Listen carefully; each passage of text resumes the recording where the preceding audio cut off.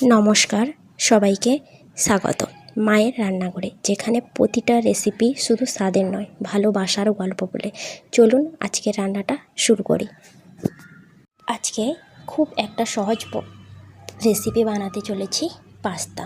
তো পাস্তা বানানোর জন্য প্রথমে গরম জলে আমি পাস্তা, একটু সাদা তেল ও একটু লবণ দিয়ে নিলাম, সেদ্ধ করলাম কিছুক্ষণ, 5-10 মিনিট সেদ্ধ করার পরে আমি 2 টেবিল চামচ সর্ষের তেল নিয়ে আমি পেঁয়াজ কুচি দিয়ে ওটাকে ভালো করে ফ্রাই করলাম যতক্ষণ না বাদামি কালারের একটা রঙ আসে। এরপরে সামান্য আদা কুচি ও রসুন কুচি দিয়ে দিলাম।